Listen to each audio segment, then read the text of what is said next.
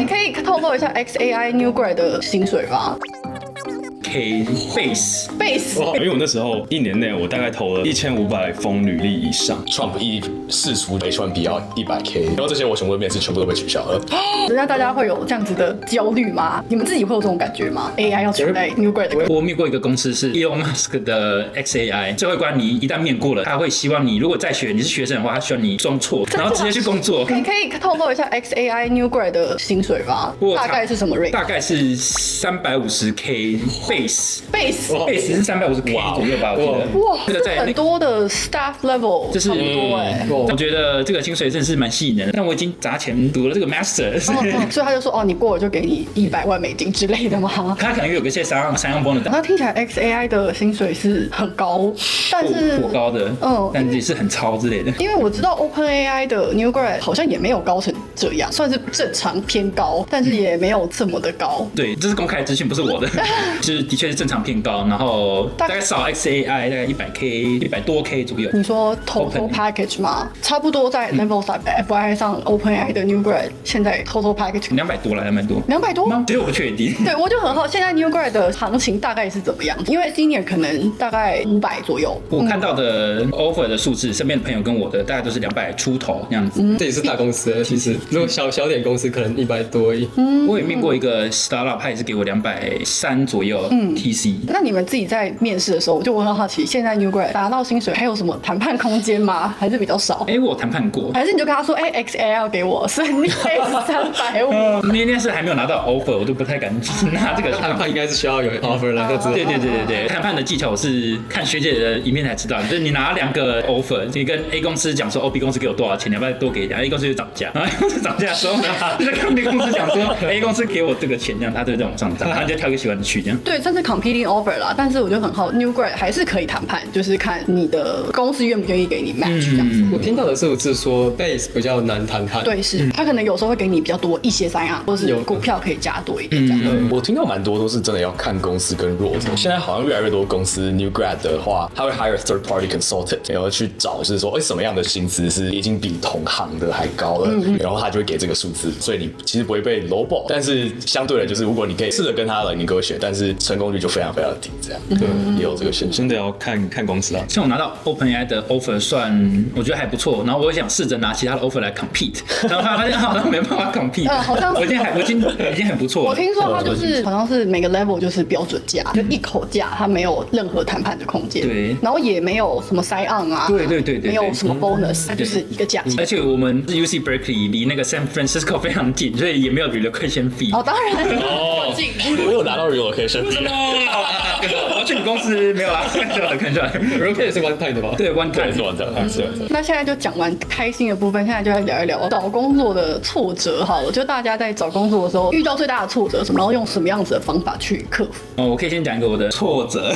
我的背景比较偏 research 类的，大家都有一些那个 industrial 的经验，我是完全没有 industrial internship， 我全部都是 research 跟 publication。我最喜欢的一篇是 multimodal AI 帮影片创作者解决一些问题，就有一个新创公司也是在帮影片创作者设计一些 AI 工具，我就觉得哇，我们真是太 match 了，我就去投那个公司 HR 看到我的履历说哇太 match 了，你一定要你跟我聊得很开心，然后跟一个 research team 的组长，他就跟我聊天聊得很开心，他也跟我讲说我看过你的论文，原来你就是那篇的第一作者之类的，然后我觉得我太有机会了吧，我真的好想去这间公司这样的，然后就遇到一个很两光的 CTO， 还要跟 CTO 面试，还要跟 New CTO Grad， 对，他算新创，所以可能有机会。但那个 CTO 他蛮挑剔我的学历的，他就说 National Taiwan University， 你能说这是怎么样的一间大学吗？然后我说这是台湾最好的大学。我说你是怎么考上的？我说我读书很认真，我考学测考很高分。我说听说有一个跟我们产品很像的 research， 对不对？对，然后我就讲5分钟，他说好像也没有听懂，然后说 OK， 我有消息在通知你这样子。后来他就 reject 我，但是我在 LinkedIn 上面加我的那个 HR 跟那个 research team 的组长，他就跟我讲说我真的很可惜没有办法跟你一起工作这样子。所以就是即使你觉得很有信心的，对，还是有可能会失败，还是有可能会失败，就是面试跟谁频率有没有对，就是蛮看运气的。我觉得新创比较下来，新创的这些杂讯、这些意外会比大厂会来得高一点，大厂就比较会有一些 standardized 的面试的流程。那大家有什么其他遇到的有没有挫折？还是没什么挫折。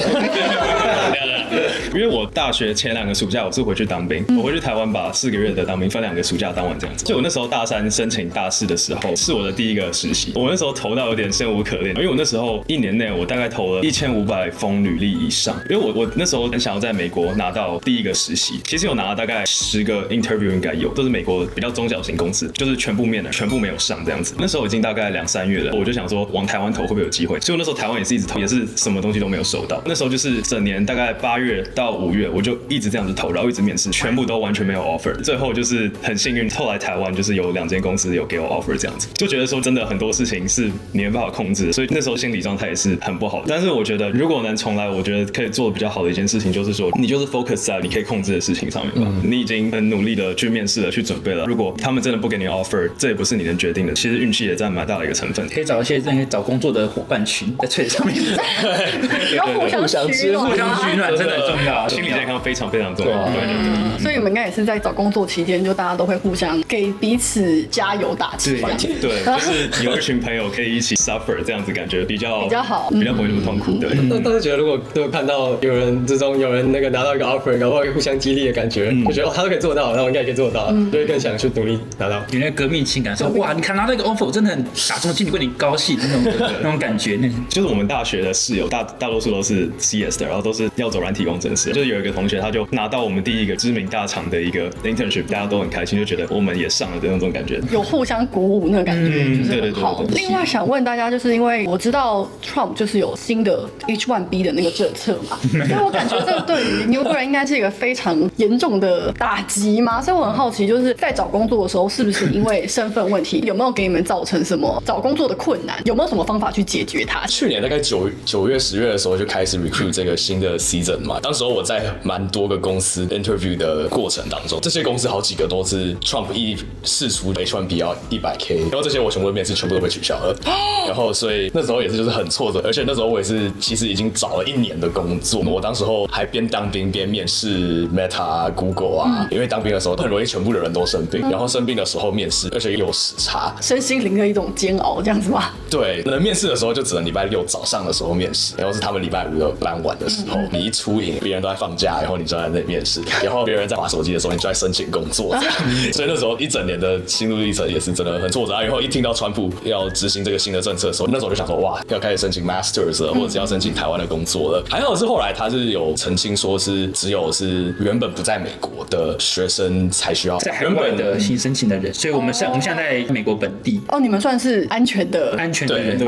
就如果他们原本没有美签的话，原本不是 F1 身份或者是 OPT 身份的话，那他们就要付这100K。但是如果是我们的话就不用，幸好是这样。新政策好像就是会分区位吧，就是好像有4个 level， 然后他会依照你的薪水把你分到4个抽 H1B 的 level 里面。假如说你薪水比较高啊，他就会给你比较多钱这样子，然后薪水比较低就比较少钱这样。Software engineer 通常钱比较多一点，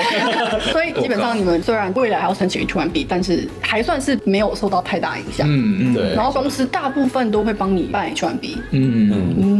OK。我们今年应该都要抽，我们今年应该都有一抽入魂，积极抽入加油！因为那时候一开始政策一出来还很不明确嘛，所以很多公司就直接帮你面试取消。对，然后他就是说，就是像他们现在不支持需要 sponsor 的人，因为他们一开始是因为川普都还没有澄清说是F1身份的没有关系，后来有一些公司其实是说他们不想要 take 这个 risk，就是有这个风险在说有可能之后他有改政策啊，然后又怎么样的，所以他们就不愿意 sponsor。感觉从身边朋友们听到，好像从以前到现在，很多公司原本都是 sponsor， 慢慢变成不 sponsor， 不一定是软体。像我有朋友在 IB Investment Banking， 听说他们好像现在也是越来越少 sponsorship， 所以很多人可能就转往什么香港或上海这样子。另外一个 bypass 的方式就是在这边读书的时候认识另外一半，交个美国妹子，看人家的护照是什么国籍的，不要在这个节目上误导大家。剪掉。但是因为知道大家应该都有在看各式各样的讨论，大家都说，软体工程师就是要被 AI 取代啊，走到了尽头啊，blah blah blah。人家大家会有这样子的焦虑吗？你们自己会有这种感觉吗 ？AI 要取代 Newground 的工作？我会取代，但是你要会用吧，你要 embrace，你不能就是排斥，这样大家其他人都会用，提升他们 productivity， 然后你自己不会用，就会被淘汰，感觉是这样。我觉得 AI 这个东西，目前使用的体验观感来看，就是最新的、最厉害的 tool， 感觉写出来的 code 还是有非常多需要 review 或者是去改的的地方。所以我觉得它可能是一个你可以延伸 software engineer capability 的一个工具，但是你自己的基本功还是必须要知道要怎么把一个 software 写得好，然后写得让大家看得懂，以后的人好 maintain， 然后好 debug 这样子。我觉得身为 software engineer， 你还是要知道怎么设计一个合理的 function code 啊，可能 web code 出来的东西也可以动，但你一定要写的让后人可以去看得懂，可以去 maintain， 让它继续跑的。你不能说这是 one time use 的，它只要能跑啊，你跑完一次之后，你一离开这个 project， 那就没有人会做了。所以还是有很多人可以帮忙的地方。我有看到一个新的趋势，是蛮多 startup 或是其实大公司，像 LinkedIn， 还是都很多 software engineer， 然后大家的基本功也都很强。但是有一个趋势是，很多 software engineer 他做的 scope 会越来越大，然后他做的事情不一定是只有关于 software 有关，就是他可能也会参与到一些 strategy 的部分啊，然后参与到一些 PM 的部分啊。我自己在跟我们公司的 software engineer 聊的时候，他们也都是觉得说，对，这就是以后不被 AI 取代的方式，就是你要 wear different hats， 然后需要做不同的 roles 的一些事情。它可能可以取代就是最底层的 line by line coding， 对，但是你要知道 line by line coding 上面它是一个 system 的一个架构，然后在上面是一个产品，在上面是一个 strategy 这样。就是 abstraction level 会越来越高。就现在 engineer 其实已经，我觉得大家手写 code 的可能机会越来越少了。但是像刚刚学弟们讲的，就是你要更要有 product 的 sense 啊，你要知道怎么样去使用这个很好的 like system design 啊。其实现阶段我觉得 AI 还是比较难做到，但是我觉得就是拥抱各种 tool 也是蛮重要的。就是当大家都在用的时候，你要知道你要怎么样更聪明的去用它，就不是只是 prompt 啊，还有很多各式各样的什么 skill 啊，你都可以去 leverage 它。我就觉得这是蛮重要的。但是我很好奇，就是如果比如说学弟学妹，你们还会建议大家来读 CS 吗？真心话，真心话。我觉得在矽谷工作这几年最大的感触就是每天我们都在帮公司写程式，训练 AI 去自动化各种任务，但是我们自己的钱往往是最没有效率的。很多人包括以前的我，就是把薪水放在银行，看着通膨慢慢把它吃掉。但是后来我也意识到呢，理财其实也是需要自动化，这也是为什么我最近开始重新配置我的加密货币资产，并且开始使用 Nexo。Nexo 是一个全球领先的数位平台，我最喜欢他们家的一点就是他们不鼓励你每天盯盘杀进杀出，而是专注在稳健的累积。透过他们的已有的产品，你可以把闲置的加密货币，像是稳定币 USDT、USDC 或是比特币存进去，每天都能够领到利息，就像是帮你的资产写了一个自动赚钱的脚本。你睡觉的时候呢，它也能够帮你产生被动收入。另外，我觉得一个超级聪明的功能是 Nexo 的 Borrow 借贷。有时候我们可能临时需要一笔现金，比如说要缴税、要付房租，或是你看到不错的投资机会，但是你又不想要卖掉手上的加密货币，毕竟如果你卖了，就错过了未来的涨幅了。那在 Nexo 呢，你可以直接用你的加密货币当做抵押品来借出现金，不用繁琐的信用审查，资金马上就能够到账。这其实就是很多有钱人的思维里面这种借钱生钱、资产不卖的策略。如果你也想让你的资产像 AI 一样自动化运作，现在就点击资讯栏的专属连结注册 Nexo， 使用我的连结享有专属的迎新优惠哦。把钱放着不动太可惜了，赶快去试试看吧。我觉得还是 OK 的，因为资工就是资讯工程，工程就是拿一个工具来解决问题的能力。我们用的工具用最多是资讯。纵观来看，我除了自己最喜欢资讯之外，最喜欢 coding。资讯的技术进步也是我觉得目前最快的一个专业。所以你只要可以驾驭资讯，可以解决问题，当然就非常非常多。即便你现在的资讯，例如说10年前的 coding language 跟10年后长得非常不一样，但你应该要保有解决问题的那个能力，而且你还会知道说你要怎么去学习一个新的资讯的工具来去解决问题。所以我觉得资工还是一个非常值得读的科系。我自己是觉得，就是像资工这个科系，你其实出来你也不一定是走 software engineer， 因为很多人其实也跑去做 research， 然后这也是一条路。对，所以资工我觉得不等于 software engineering， 因为可能大家很多人都会assume就是 software engineering 会被 AI 取代，然后可能 software engineering 就等于资工，所以资工会被 AI 取代。然后我觉得这个是我比较不认同这个观点这样子。我觉得我想法也跟大家蛮像的。我觉得学资工可以学习怎么样思考，怎么样很有逻辑的去解决一个问题啊。我自己也是学资工啊，但是我也是走 product 这一路的。我个人是觉得说，除了学资工，可能还有其他时间的话，可以多参加一些课外活动啊，或者是说多去做一些自己的 products， 然后是真的有一些可能市场的经验，真的有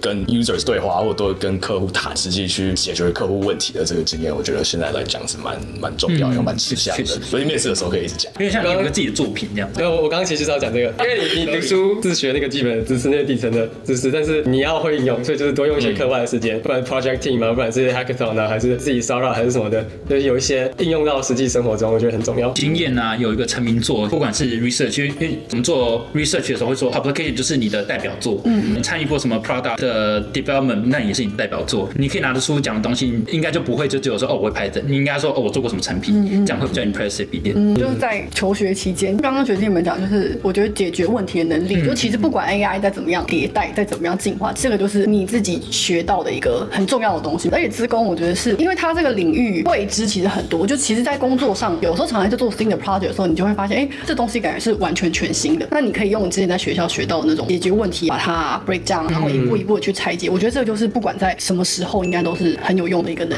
力。像我变资工系的招生影片啊，想问一个下大家，因为刚刚听起来其实都有在台湾读书读一阵子嘛，然后才来美国。这3位都是在美国读大学，就我一个在台湾读的。所以你们3个都是高中毕业之后才来吗？还是已经在这边当小留学生很久？我可能早2年吧，我在高中高1的结束之后就来。你们2个也是直接从台湾高中申请这边大学？我的话，我是读维格国际办，然后就是在台湾，然后这样申请过来的。我自己的话，我是读台湾的普通高中，我之前是读松山高中这样子。那为什么会想要来美国读大学？我那时候其实也有在想要不要留在台湾，但后来还是考虑说，因为像美国的大学，其实它的资源相对来讲，我觉得算是比较丰富，而且有很多的 flexibility 这样的。像在美国的话，就是你要转系，我觉得会比台湾容易很多，所以我觉得就是可以有更多的资源去让你探索你想要什么。在台湾的话，感觉就比较困难一点，或是你可能要成绩超好才有办法。我们台大都可以，台大可以，欢迎来台大。能来美国的话，真的一定要来。我觉得美国资源真的蛮好，而且就是能遇到不同人，你可以开眼界，有很不一样的体验。对，我觉得美国还是怎么讲？因为台湾，我觉得像我也是念书的时候，我就觉得台湾就是要考试啊，拿高分啊。但我觉得美国就还是比较多可以探索自己的